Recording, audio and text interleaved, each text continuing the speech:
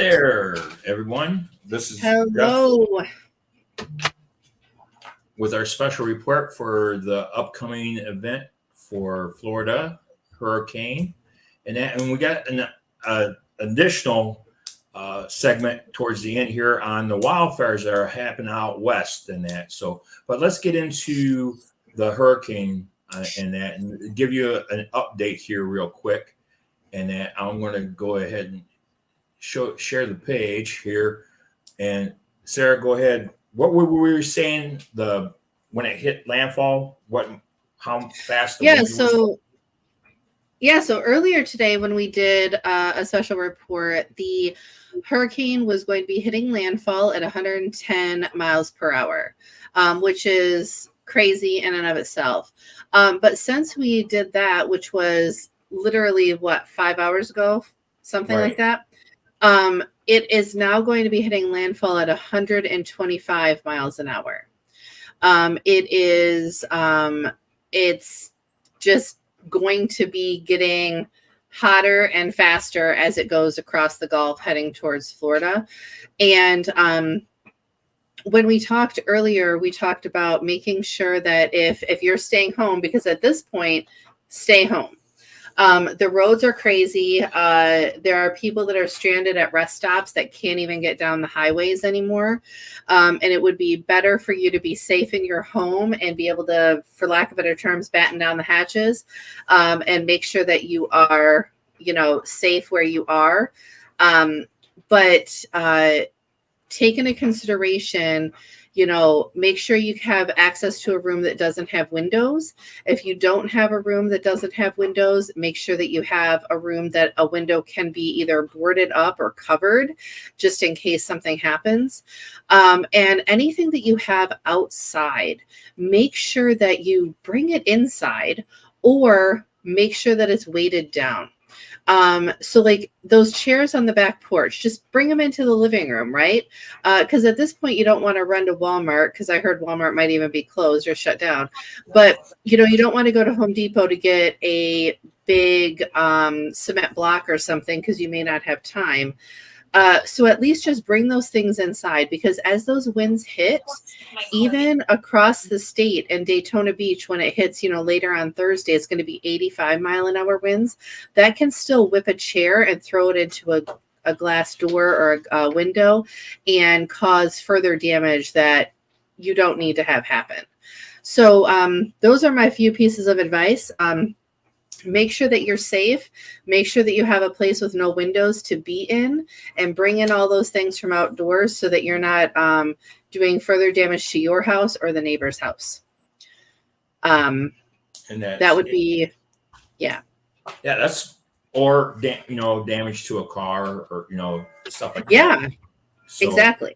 And with those winds, it's funny how and with the way the wind is and how the ground gets saturated and the roots and stuff like that, it tends to pull the trees out and stuff like Correct. that. And because of all that low lying or water and that, and it really hasn't had a chance to drain off, because the water or because the land is so saturated with being wet, hasn't been able to dry out and that. Exactly. Yeah. And with the roots of the trees, it makes them susceptible to just simply falling over, but also with the high winds, it can like pull up the tree and have it be on your house or worse. Yeah. Car. Yeah. And that. So. All right. Well, and I focus on the house, because that's probably where people will be. A car can be replaced, the house can be replaced, but the humans cannot. That's right. So I don't know, if your car gets hit by a tree, I feel bad for you, and that sucks. But at least you won't be in the car, because you shouldn't be driving around during a hurricane. You got that right. So there's my piece of advice on that one. and like you said, let me see if there's our little banner there with the Oh, FEMA yes. site and the 1-800 number for the Red Cross and that. So Yes. it's on the bottom of our page here and that. So as of right now, it's still Category 5, right? It is. Yes, it is still a Category 5 as of right now. It's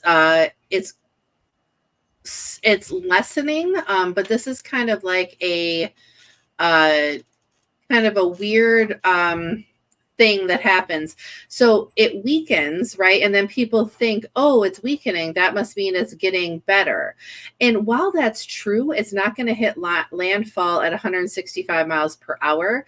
The important thing to think about is that even with some weakening, Milton is going to be incredibly powerful when it hits land.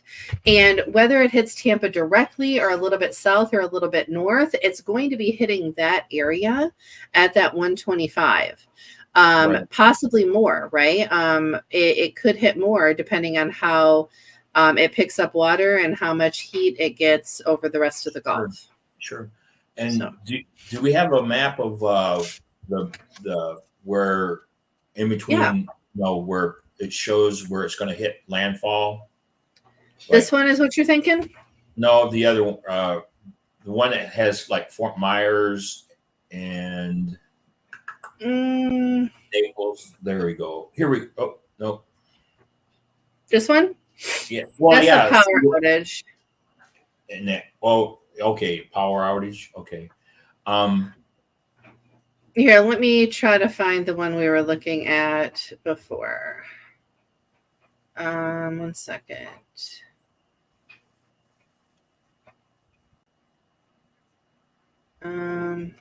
Yeah, there we are, right there. This one. Yeah, so yeah. What those colors are, as you can see, the purple is for the hurricane, the red is for the tropical storm, and then orange right there is for hurricane watches, which is kind of weird because you have the red right there that says storm, and then it's so you might be able, so. And then you have the tropical storms up north, up there right on the border between Georgia and Florida there. And so that purple area is the part where the most damage and the most water is going to dump, right? Right. And so until it hits, give or take about 12 hours before it makes landfall, we won't know exactly where, but it's going to be in that purple area. That part we know 100%. But like I said, it could hit Tampa directly. It could go, a little bit south, a little bit north, but it's not going to be dramatic. It's not going to take a turn and, end up, back out in the ocean or end up, up here in the panhandle or something. It's definitely hitting in that area. Sure. And that's the key right there. That whole area is going to have 125 mile an hour winds and hurricane level rain and right. And like you said, once it hits land, it actually stalls a little bit, right? Yeah. It actually slows up. Yep. So as you can see here, it'll hit land at 125 and then it slows down when it hits land because it can't gain more heat or more water. It's actually getting rid of all of that. So by the time it hits the other side of the state at Daytona, it's going to be 85 mile per hour winds. Now, don't get me wrong. You still aren't, I still wouldn't walk your dog or, try to do anything and I would still pull in your furniture. But it is a little bit better once it gets to the other side of the state. Well, I've seen trucks flip, semi trucks with the box trailers and stuff like that get flipped with 65 mile an hour winds to 75. It just hits it just right, and that. So I mean, it's really, really dangerous to be out, and it's better to stay put in that, and make sure that you stay in contact with loved ones and that. And like I said, I was able to I was able to talk with my aunt. She lives down in Fort Myers there, Okay. and when Helene came through, and that they had water or flooding in that area, and she lost her air conditioning and her washer and dryer. And I guess in 2022, there's a major one where she lost. I mean, they had to gut her whole house and that, and redo the drywall, redo the flooring, redo all the appliances and everything. Even the cabinets was that bad Sure. and that. So, but yeah, but she's in Lynn, staying with her daughter, so that she's in a very safe place and that. But like you said, you see that one map that says where's the flooding going to be at in Florida, right? Right. Yeah. Let me go to this one. It's a wonderfully useless. Here, it must be up here. A Right. wonderfully useless map. This one. Yeah. This one. Where's Oh wait, where's where did it go? no, oh, Oh, there it is. right there, the green All one right. there. Yes. So Flooding in Florida, everywhere. everywhere. It is the most useless map on the Weather Channel Well, right it's now. not useless. It's just saying Oh, it's saying for us people that aren't Floridians that are down there is that no place is safe. Okay. yes, except this little lake right here won't get flooded. Well, that's Lake Okeechobee, or I can't. I don't know what lake it is, but Yeah, that's the main one in that. So, I believe you. But yes, the whole state of Florida yep. is, well, with the Oh, exception of the except in the Panhandle. All the people in the Panhandle over here are like, yay for us. well, they got it last time with Helene, Right. so They don't need a second time around for sure. right. So So the people that got missed by Helene are getting it this time. Yep. And that, so all right. Yep. But I think for hurricane, we talked about it earlier. We got you up to speed now with the hurricane hitting at 125, and just reiterating to bring your stuff in, and we're asking everybody to send, positive thoughts and all of that towards Florida right now.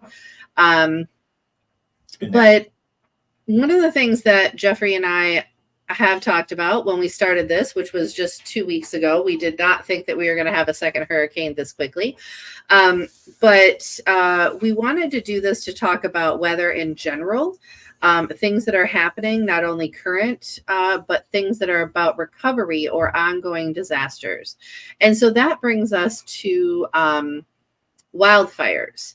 And one of the things we did today is we brought this up to a couple other people in our circle, and we realized there are people that didn't realize that there were still wildfires on a regular basis happening and ongoing. So I'm going to ask Jeffrey to talk about what he has on the screen here, and to talk a little bit about the research that he's done today. All right. Well, as you can see right now, we have a total of 28 major fires going on right now. 28? 28 major ones. That's okay, crazy. Large fires. Okay, but a total of 36 altogether.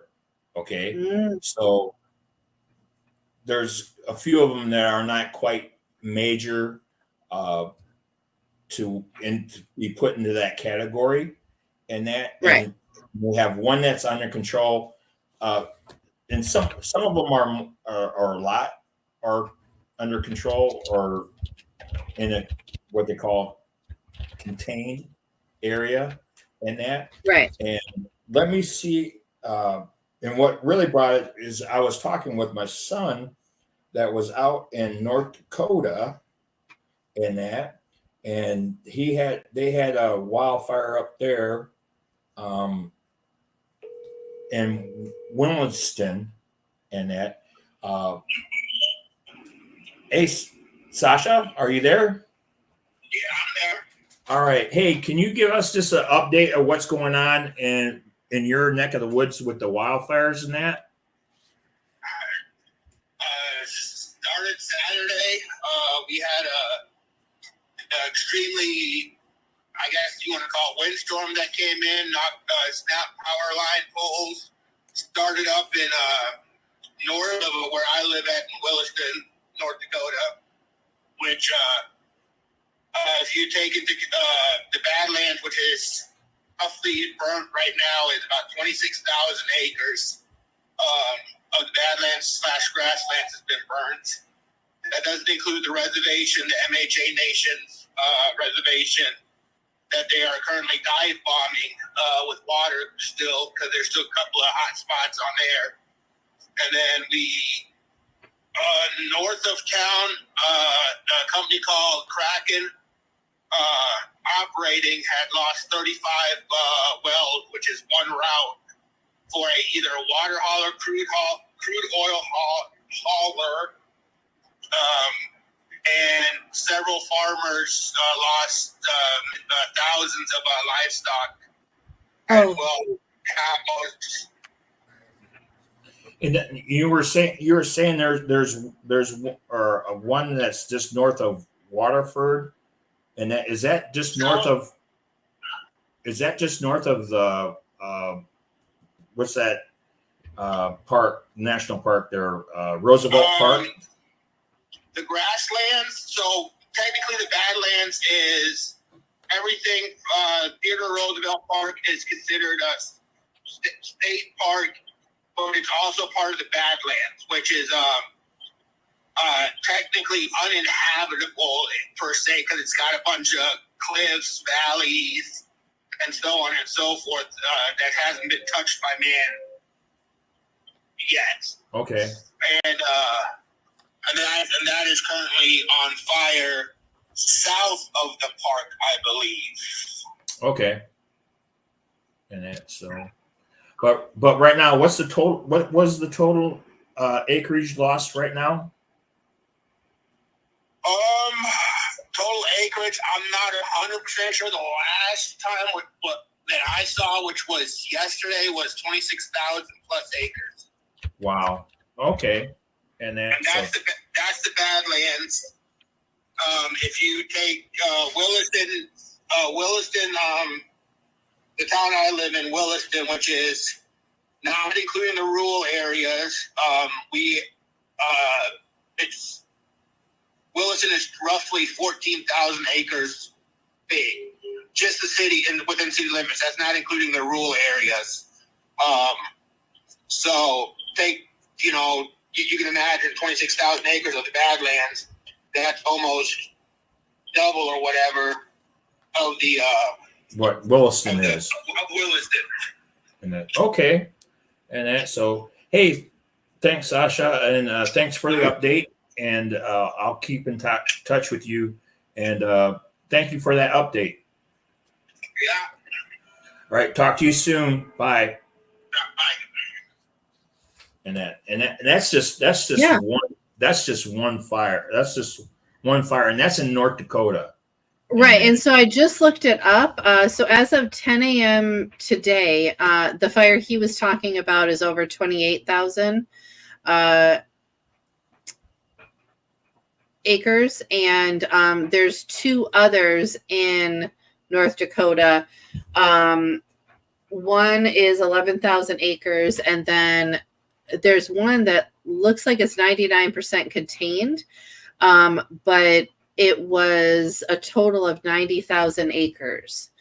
And that's all within this fire season. So. Right. And like you said, it's kind of, there for a while, how you heard that about the wildfires all the time. And then all of a sudden it sort of like fell off.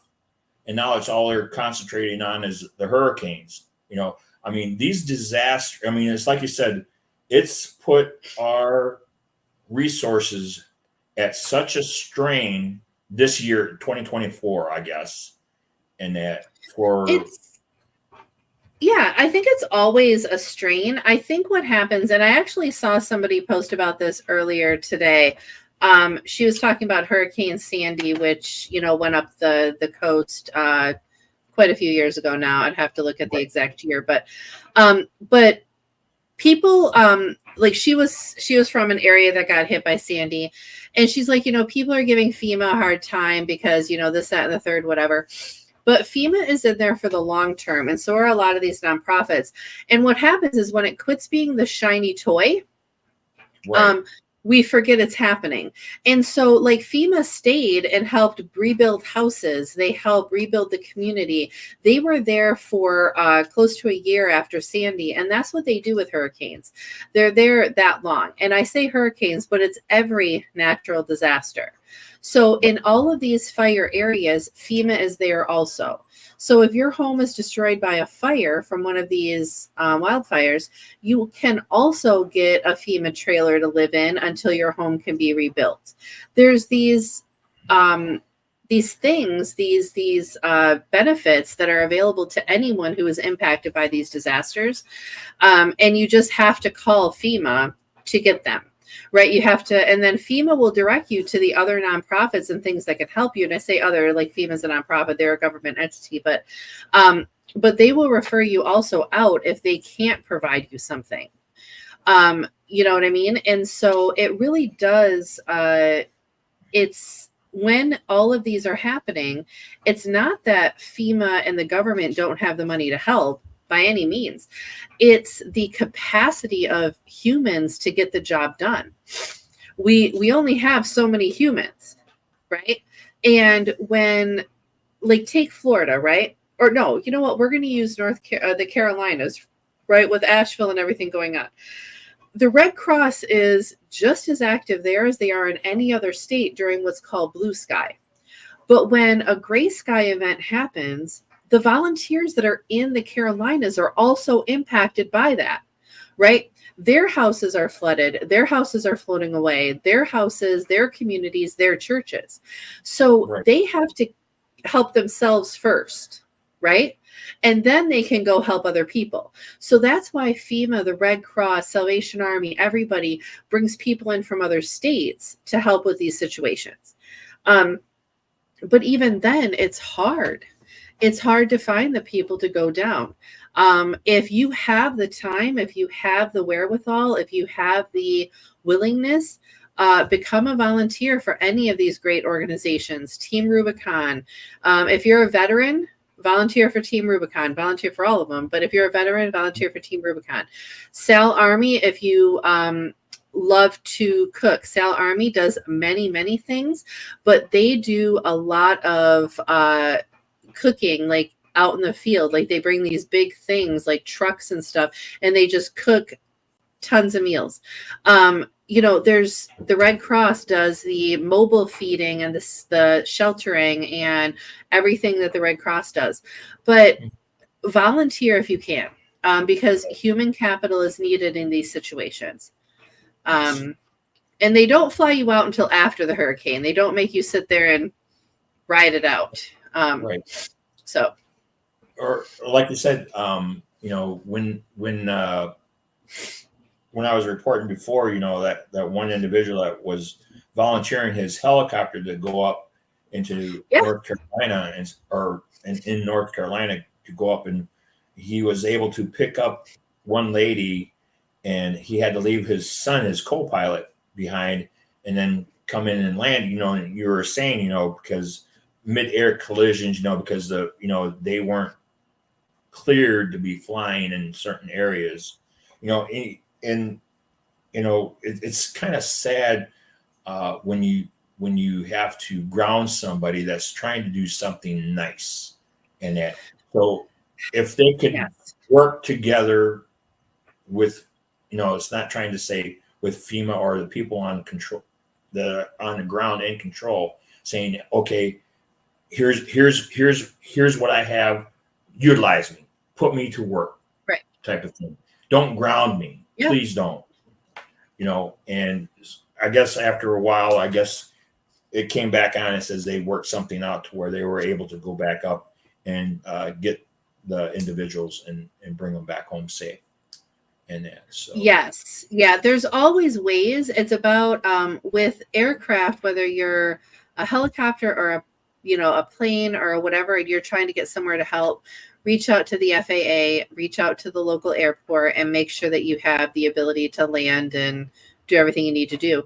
But back to the wildfires just for a second, because I want to just clarify, in a good way, there is a reason why people are focused more on hurricanes than wildfires. And I say it's a weird way and it's a good thing. But the North Carolina fires that we just heard about from your son, with not North that, Carolina, North Dakota. Sorry, North Dakota. I was in the wrong area of the country. So in North Dakota, I'm looking at a website right now. So the fire he was talking about, some structures were lost, but no injuries have been reported. And then I told you there were the two others. One of them, 2 houses were lost, but no people were injured. The people got out of their homes. And then the one that I said was 90,000 acres. There were 2 fatalities and 8 injuries. And that is bad. Don't get me wrong. I don't want anyone to die and I don't want anyone to be injured. But in comparison to what has happened just in the Carolinas, it is astronomically worse when it comes to human injuries and deaths. Right. And I say human because don't get me started on the dogs and the cats and everything like that, right? The livestock, whatever. And so now that was impacted with the wildfires too, but all of that encompasses when people hear about the devastation of a hurricane and the amount of deaths that happen in comparison to the amount of deaths that happen with wildfires, it's easily kind of put off, oh, that's not as important. But what people don't understand is those wildfires impact the cost of food, impact the cost of meat and grains and everything that you have. In addition, it puts farmers into such a bad position, right? Yeah. It is crazy, and I can't even explain. And maybe we need to get a farmer on one of our calls about wildfires, and I'll look into doing that, because the amount of years it takes for a farmer to come back from his farm being devastated and not having a crop is ridiculous. You have to take out loans, you have to get government assistance, you have to do this, that, and the third to just be able to have crops the next year. Right. And sometimes this is like livestock, cattle and stuff like that. Yeah, exactly. If the fire came too quick, like your son was saying, there were a lot of cattle that were lost on the one farm. You can't just miraculously breed a cow and have it be able to be sold by market next year. It takes a few years to build your what is a group of cattle called? My gosh, I just herd. I think it's is it a herd of cattle? Yeah, I don't know. Now I'm questioning my life here. So, because you got I know weird things. I know it's a murder of crows, but I'm not entirely sure what a group of cows is. Now I'm going to look this up. Or cattle.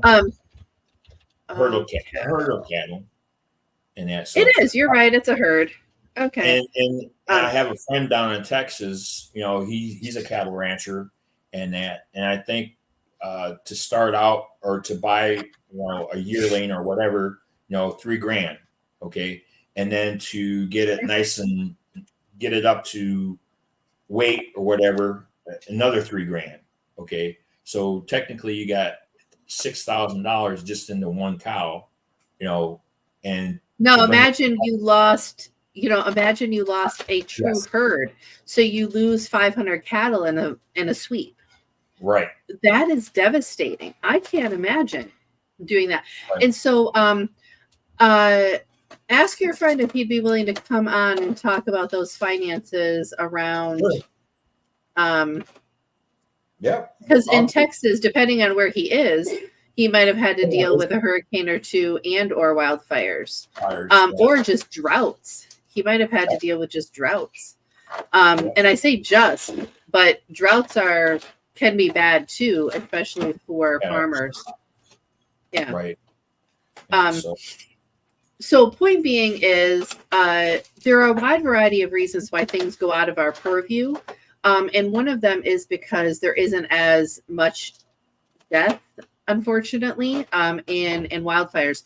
But we need to start bringing it back to people's attention because it really does make a difference. And these are the things, without getting like political, that's not what I mean with this.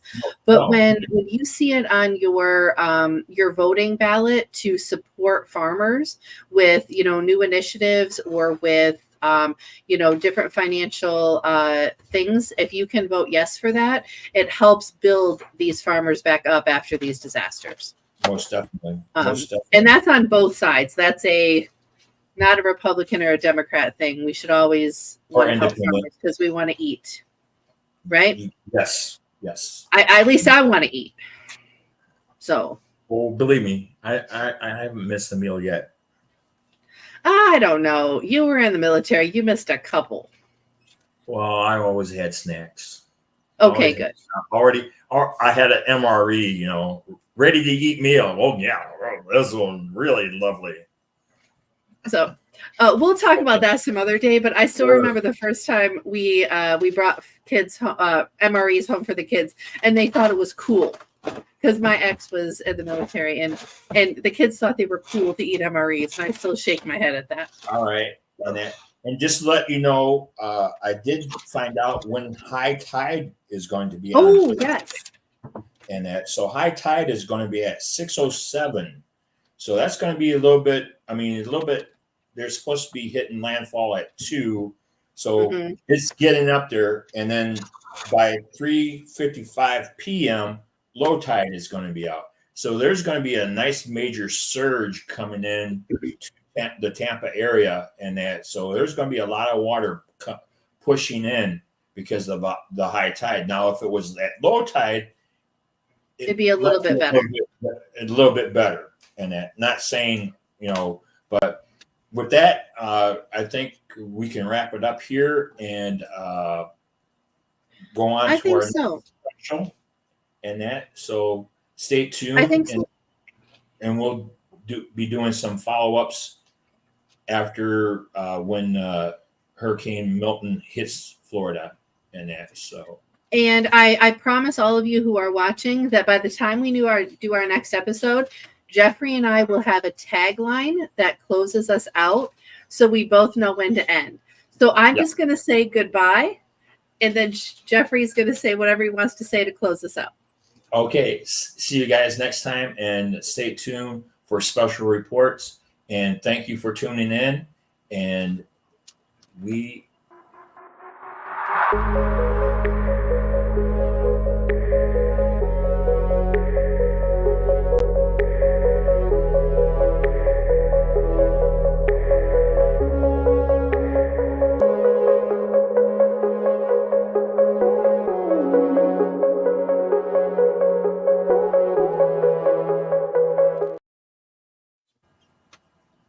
I think we did really well. I think we did great on. Oh.